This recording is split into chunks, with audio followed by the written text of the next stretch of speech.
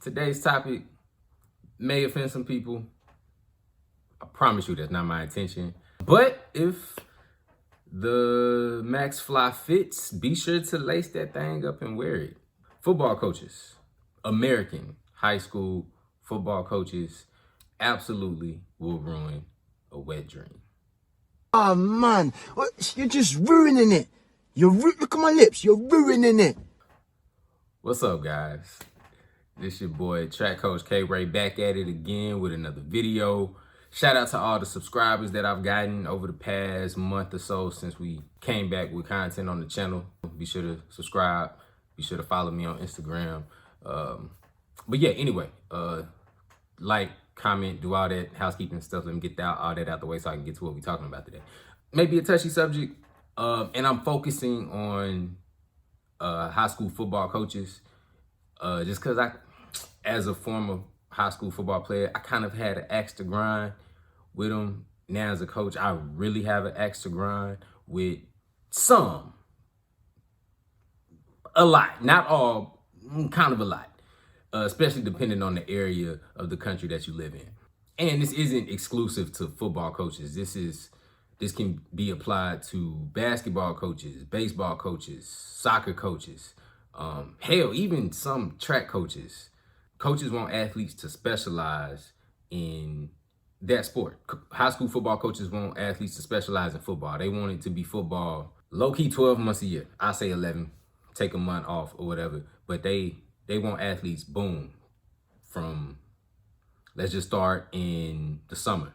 July and August, fall camp. Regular season starts late August, September, going all the way through almost winter. State title games usually happen the first and second week of December. You take a couple weeks off, Christmas break, stuff like that. You come back to school in January. All season football has already started. All season football goes all the way through. Spring ball comes in March, April. You have a spring game at some point. Then throughout the summer, you got team camps and 7-on-7, and it's a lot. It's a lot, and it's a problem because why are you monopolizing talent? Why are you, in a lot of cases, guilting athletes? Like I said, I'm more so focusing on high school coaches, high school football coaches, and what they do to boys. But you see it in other sports. You see it in gymnastics. You see it in cheerleading. You see it in softball in terms of how it affects female athletes. But why are you monopolizing talent? Like, it is no reason that a child should be forced to specialize in any one particular sport. That causes burnout. You're not exposing them to the skills and work on different motor functions that can be improved in other sports that could be an asset to your sport. When I was an athlete in high school, when football season would be over and I would transition to getting ready for track in the off season, like, my football coaches would hold it against me because I wouldn't be there during track season. I wouldn't be in off season workouts during the summer. I ran AAU track. They would hold it against me because I would be competing, running track all summer instead of going to team camps and 7-on-7 and all that other stuff. Like, oh, okay, Ray, well, when you get back to school in the fall, we ain't gonna have a spot for you. Like, oh, okay, coach, all right. Well, I'm gonna be here. This is my summer track schedule. I'll see you guys in August.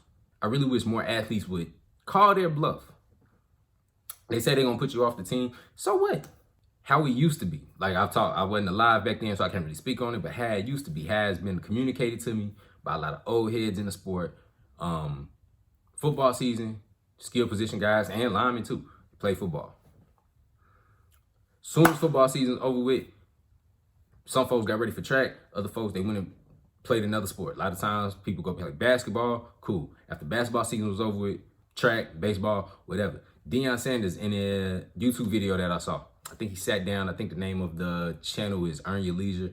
And I'm paraphrasing. He was like, as soon as football season was over, boom. Basketball season, that jumper was wet. As soon as basketball season was over, boom, he headed to the baseball diamond. Or in the spring, like, boom, he split time between baseball and track. Like, And soon as track season was over with, boom, we back in football. Like every season he playing a different sport. I'm not saying that every athlete that does this will end up being Deion Sanders or whatever, but just think of what if he had a coach that would have forced him, quote unquote, to play and specialize in one particular sport. That would have negatively affected, arguably, the greatest athlete, especially the greatest two-sport athlete that we saw in the 20th century. I'm gonna speak to like the latter part of the 20th century, but arguably the 20th century. Another example, Nicholas Harbor, #1 high school football player in the country. He is a 6'5", 235, 240 pound beast. He plays DN, tight end, so he's a two-way player on the field. And when I 6'5", 240, you should not be able to move this fast, being that tall and that big. I think last year he went 10-1, 10-2 in the 100. This year he's already gone 6'6" twice in the 60. He's gone 20.7 indoors with no blocks in the 200. Like, he was just playing in the Under Armour All-American game earlier this month. And last weekend, he's gone 6'6" and 20.7. As a high school kid, most college athletes can't run that fast that specialize in track. He just got off the football field. He is that kind of talent. It would be a travesty if he listened to his coaches, because I'm sure his coaches was like that. I remember over the summer I was watching a interview after it was like New Balance Nationals or something like that. He had just got done running. He was sitting down with those guys, and they had asked him like, how is it juggling football and track at the same time? He was like, just straight up, he's like, man, like my coaches know it's track season. Like, I hadn't talked to him. He was saying he legit hadn't talked to his football coaches. Like, he'll holler at them when it's time to go to fall camp. But at that point, it was track season. So like they already knew what time it was.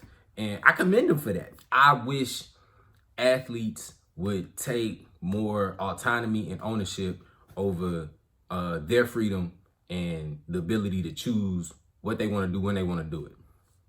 Don't let coaches hold you hostage.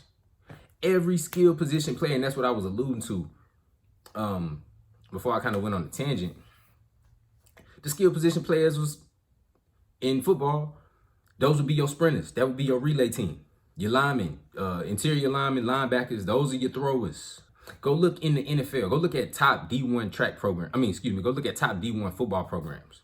They don't want skill position players that can't run. They don't want guys who can't run. They don't want skill position players who've been in the weight room all year. It don't make sense. If you 5'8", 165 pounds, you run a 4.8 40. You not finna get your 4.8 down to a 4.4 by being in the weight room trying to bench press 315 and trying to squat 600. It don't work like that. You just gonna get slower.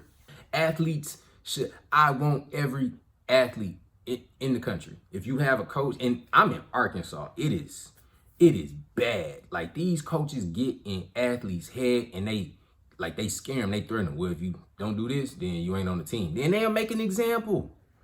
It's countless athletes that I know currently and in the past that I got a couple of coaches in mind. I'm not gonna name no names. They have legit ruined futures and like kick kids off the team because they decided to go out and run track. Not because they're academically ineligible. They're not a problem on campus. Like, no behavioral issues. It's just like they can't monopolize their time so bad. I can't control you off the team. That's not right.